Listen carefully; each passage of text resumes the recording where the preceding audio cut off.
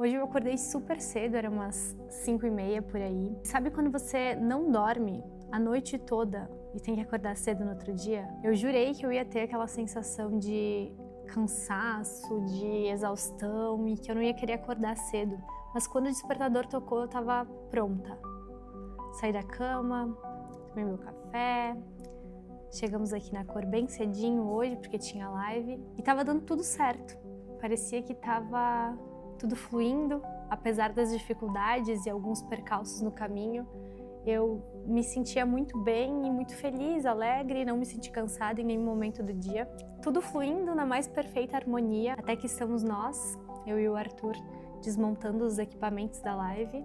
E por um segundo, um milésimo de segundo, a gente quebra um equipamento. A nossa primeira reação foi ficar mudo e aquele sentimento interno de raiva, de frustração, de ódio.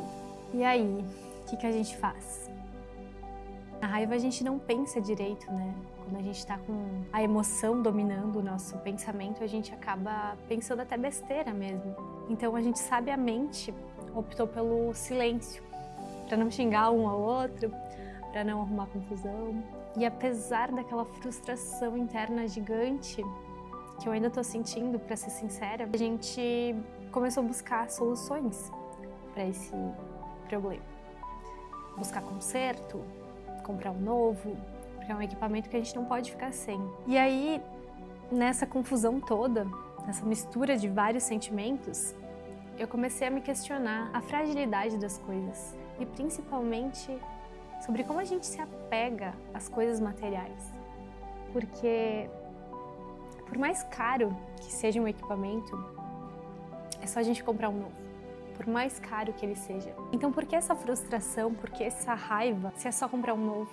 Então eu vejo que essas coisas acontecem para justamente a gente entender que a gente não pode se apegar ao material, porque tudo, absolutamente tudo que é material tem um fim, inclusive nosso corpo material. Ele tem um fim, só que muitas vezes a gente dá muito mais valor para algo material do que para algo que é abstrato, como os nossos sentimentos, nossas relações humanas. E nesse momento que eu e o Arthur a gente escolheu ficar em silêncio ao invés de discutir quem estava certo, quem estava errado, o que poderia ter sido feito, o que não foi feito, a gente optou por valorizar a nossa relação, por valorizar a nossa paz de espírito, nossa harmonia, ao invés de criar uma super confusão que não ia levar a lugar nenhum, de saber quem estava certo e quem estava errado. Claro que hoje a gente tem esse entendimento de que a nossa harmonia vale mais do que qualquer equipamento que a gente tem aqui dentro. Mas por muitas vezes a gente optou por buscar o culpado. E isso desgastou muito a nossa relação. Então, talvez por isso, por todas as outras vezes que a gente já passou por algo similar, a gente teve hoje o discernimento de respirar e dizer não. Vamos ficar em silêncio, vamos primeiro se harmonizar. Quando algo externo nos afeta, a primeira coisa que a gente tem que fazer não é devolver o impulso que vem, é realmente analisar a situação. E muitas vezes na raiva a gente não analisa a situação.